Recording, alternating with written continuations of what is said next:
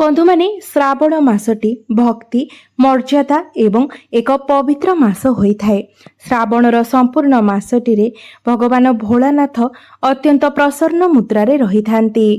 एमिति माना जाइथाए कि श्रावणर संपूर्ण मासटी रे भगवान भोलानाथंकर पूजा पाठ करिबा द्वारा भगवान भोलानाथ बहुत शीघ्र ही प्रसन्न होइथांती।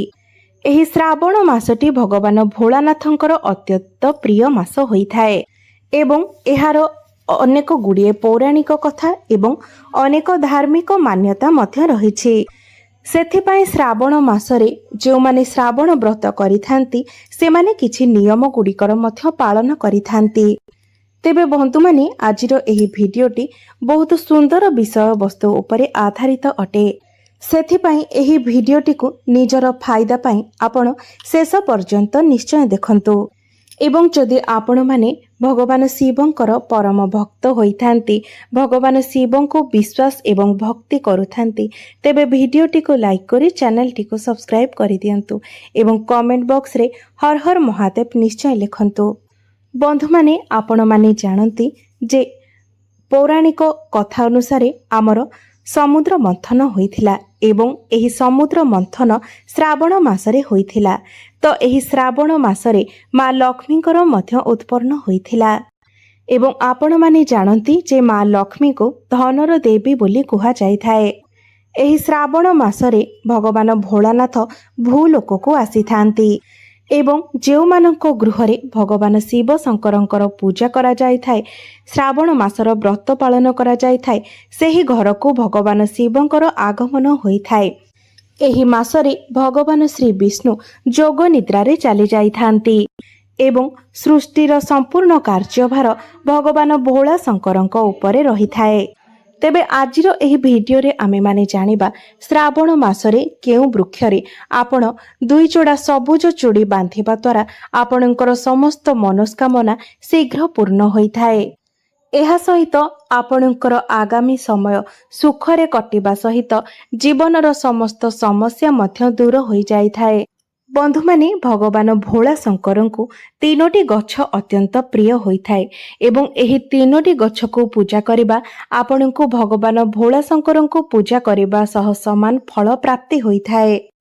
शास्त्र रे एहा मध्य उल्लेख रहिछि जे भूलोकर मंगल साधन पाई एही वृक्ष रूपरे भगवान भोला शंकर एवं माँ पार्वती भूलोकरे अवतीर्ण होइछन्ति। बंधु माने सबुज रंगटी को सौभाग्य एवं उल्लासर प्रतीक बोली माना जाइथाए, जहा आमर मन को शीघ्र आनंदित करिथाए। सबुज रंग को प्रकृतिर स्वरूप बोली माना जाइथाए एवं माँ पार्वती ही प्रकृति अटंती एवं भगवान भोला शंकरंकु पुरुष बोली माना जाइथाए।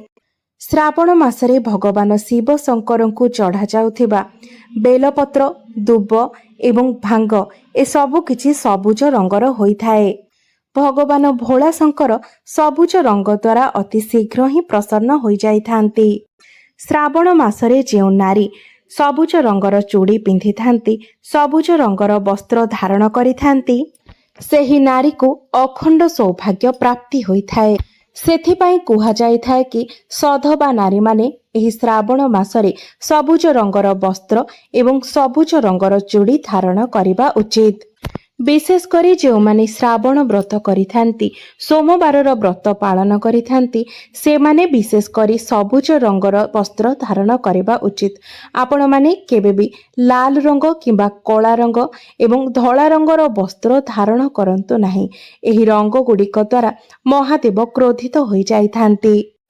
तेबे बंधु माने सबुज रंगर चूड़ी बांधिबा उपायटी जदि आपण केवल गोटिए सोमवार भी करिनियंती तो आपणकर जन्म जन्मांतरर दारिद्र्यता गरीबी दूर होई जाइथाए एवं आपणकर समस्त मनोस्कामना मध्य पूर्ण होई जिवो। तो बंधु माने प्रथम वृक्षटी हेउची शमी वृक्ष। ध्यानर सहित आपण एही शमी वृक्ष विषय रे सुनंतु। शमी वृक्षटी को भगवान भोला शंकर एवं माँ पार्वतींकर मिश्रित स्वरूप बोली माना जाइथाए। सेथिपाई शमी वृक्ष को उमा महेश्वर वृक्ष बोली मध्य कुहा जाइथाए। संपूर्ण श्रावण मासरे शमी वृक्षरे भगवान भोलाशंकर एवं माँ पार्वतींकर बास होइथाए बोली माना जाइथाए। श्रावण मासरे आपण संध्या समय छुईबा द्वारा आपणकर समस्त पाप दोष कष्टर निवारण होइथाए। ଏହା ଛଡ଼ା ଶ୍ରାବଣ ମାସରେ ଯଦି ଆପଣ ଶମୀ ବୃକ୍ଷର ମୂଳରେ କଞ୍ଚା କ୍ଷୀର ଅର୍ପଣ କରନ୍ତି ତ ଆପଣଙ୍କ ଉପରେ ଭଗବାନ ଭୋଳାଶଙ୍କର ଅତି ଶୀଘ୍ର ହିଁ ପ୍ରସନ୍ନ ହୋଇଥାନ୍ତି। ଏହା ସହିତ ଆପଣଙ୍କୁ ମା ପାର୍ବତୀଙ୍କର ଆଶୀର୍ବାଦ ମଧ୍ୟ ପ୍ରାପ୍ତି ହୋଇଥାଏ। ବନ୍ଧୁମାନେ, ଯେତେବେଳେ ଭଗବାନ ରାମଚନ୍ଦ୍ର ଲଙ୍କା ଉପରେ ଆକ୍ରମଣ କରିଥିଲେ ତ ତା ପୂର୍ବରୁ ଭଗବାନ ରାମଚନ୍ଦ୍ର ଶମୀ ଗଛର ପୂଜା କରିଥିଲେ। ପାଣ୍ଡବମାନେ ମଧ୍ୟ ନିଜର ଦିବ୍ୟ ଅସ୍ତ୍ର ଶସ୍ତ୍ରଗୁଡ଼ିକୁ ଶମୀ ଗଛ ନିକଟରେ ଲୁଚାଇକି ରଖୁଥିଲେ।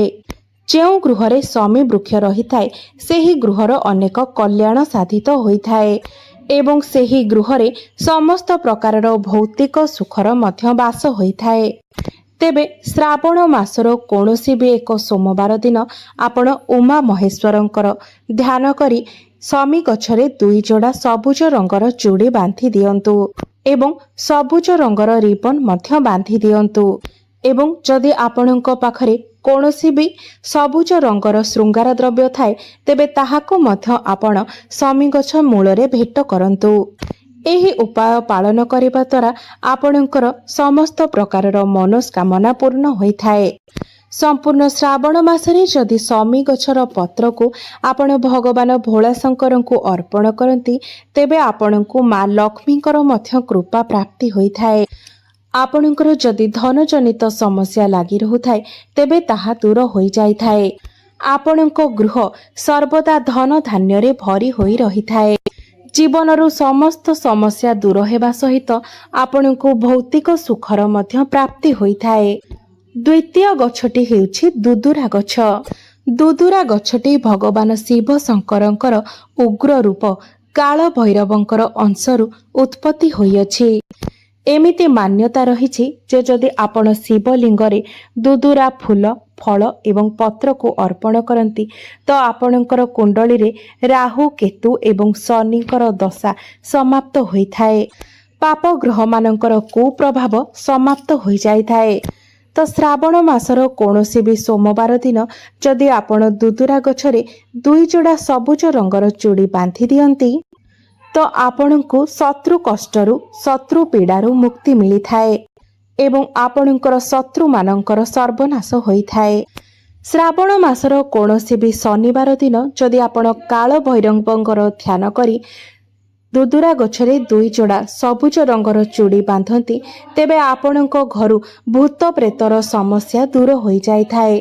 ଏହା ବ୍ୟତୀତ ଯଦି ଆପଣ ଦୁଦୁରା ଚେରକୁ ଆପଣଙ୍କର ଘରର କୌଣସି ବି କୋଣରେ ଲୁଚାଇକି ରଖନ୍ତି ତେବେ ମଧ୍ୟ ଆପଣଙ୍କ ଗୃହରୁ ଭୂତ ପ୍ରେତର ବାଧା ଦୂର ହୋଇଯାଇଥାଏ। ତୃତୀୟ ଗଛଟି ହେଉଛି ବେଲ ଗଛ। ବନ୍ଧୁମାନେ, ଆମର ପୁରାଣ ଏବଂ ଶାସ୍ତ୍ରରେ ସ୍ପଷ୍ଟ ଭାବରେ ଉଲ୍ଲେଖ କରାଯାଇଛି ଯେ ବେଲ ଗଛଟି ମା ପାର୍ବତୀଙ୍କର ଝାଳରୁ ଉତ୍ପତ୍ତି ହୋଇଛି। ଯେତେବେଳେ ମା ପାର୍ବତୀଙ୍କର ଝାଳ ମନ୍ଦରାଚଳ ପର୍ବତ ଉପରେ ପଡ଼ିଥିଲା ସେହି ଝାଳର ବୁନ୍ଦା ବେଲ ଗଛର ସ୍ୱରୂପ ଧାରଣ କରିଥିଲା। ଏମିତି ମାନ୍ୟତା ରହିଛି ଯେ ବେଲ ଗଛର ଦର୍ଶନ ମାତ୍ରେ ହିଁ ମନୁଷ୍ୟର ଅନେକ ପାପ ନଷ୍ଟ ହୋଇଯାଇଥାଏ ଏବଂ ବେଲ ଗଛକୁ ସ୍ପର୍ଶ କରିବା ଦ୍ୱାରା ଆପଣଙ୍କ ଜୀବନର ଅନେକ ଗୁଡ଼ିଏ ସମସ୍ୟା ମଧ୍ୟ ଦୂର ହୋଇଯାଇଥାଏ। ବନ୍ଧୁମାନେ, ଶ୍ରାବଣ ମାସର ସମ୍ପୂର୍ଣ୍ଣ ମାସଟିରେ ବେଲ ଗଛର ମୂଳରେ ଭଗବାନ ବ୍ରହ୍ମାଙ୍କର ବାସ ହୋଇଥାଏ। ବେଲଗଛର ମଧ୍ୟ ଭାଗରେ ଭଗବାନ ବିଷ୍ଣୁ ତଥା ବେଲଗଛର ସମ୍ପୂର୍ଣ୍ଣ ଅଙ୍ଗରେ ଭଗବାନ ଭୋଳାଶଙ୍କରଙ୍କର ବାସ ହୋଇଥାଏ। ଏପରି ମଧ୍ୟ ମାନାଯାଇଥାଏ ଯେ ଯଦି କୌଣସି ବି ବ୍ୟକ୍ତି ସମ୍ପୂର୍ଣ୍ଣ ଶ୍ରାବଣ ମାସରେ ବେଲଗଛର ପୂଜା କରିଥାନ୍ତି ଏବଂ ସକାଳ କିମ୍ବା ସନ୍ଧ୍ୟା ସମୟରେ ବେଲଗଛର ମୂଳରେ ଘିଅର ଦୀପ ପ୍ରଜ୍ୱଳନ କରିଥାନ୍ତି ତ ସେହି ବ୍ୟକ୍ତିଙ୍କୁ ତୀର୍ଥ ଜଳରେ ସ୍ନାନ କରିବା ସହିତ ସମାନ ଫଳ ପ୍ରାପ୍ତ ହୋଇଥାଏ। ଏବଂ ଶ୍ରାବଣ ମାସର କୌଣସି ବି ସୋମବାର ଦିନ ଯଦି ଆପଣ ବେଲଗଛ ମୂଳରେ କଞ୍ଚା କ୍ଷୀର ଅର୍ପଣ କରନ୍ତି ତେବେ ଆପଣଙ୍କୁ ଜୀବନର ଅନେକ ସମସ୍ୟାରୁ ମୁକ୍ତି ମିଳିଥାଏ। ତ ଆପଣମାନେ ଶ୍ରାବଣ ମାସର କୌଣସି ବି ସୋମବାର ଦିନ ସନ୍ଧ୍ୟା ସମୟରେ ବେଲଗଛରେ 1 ଯୋଡ଼ା ସବୁଜ ରଙ୍ଗର ଚୁଡ଼ି ବାନ୍ଧି ଦିଅନ୍ତୁ। ତେବେ ସନ୍ଧ୍ୟା ସମୟରେ ଏଥିପାଇଁ କାରଣ ସନ୍ଧ୍ୟା ସମୟରେ ଯଦି ଭଗବାନ ଶିବ ଶଙ୍କର ଏବଂ ମା ପାର୍ବତୀଙ୍କର ପୂଜା କରାଯାଇଥାଏ ତେବେ ପୂଜାର ପ୍ରଭାବ ଅନେକ ଗୁଣା ଅଧିକ ବଢ଼ିଯାଇଥାଏ। ଅର୍ଥାତ୍ ଆପଣଙ୍କର ମନସ୍କାମନା ଅତି ଶୀଘ୍ର ପୂର୍ଣ୍ଣ ହୋଇଥାଏ।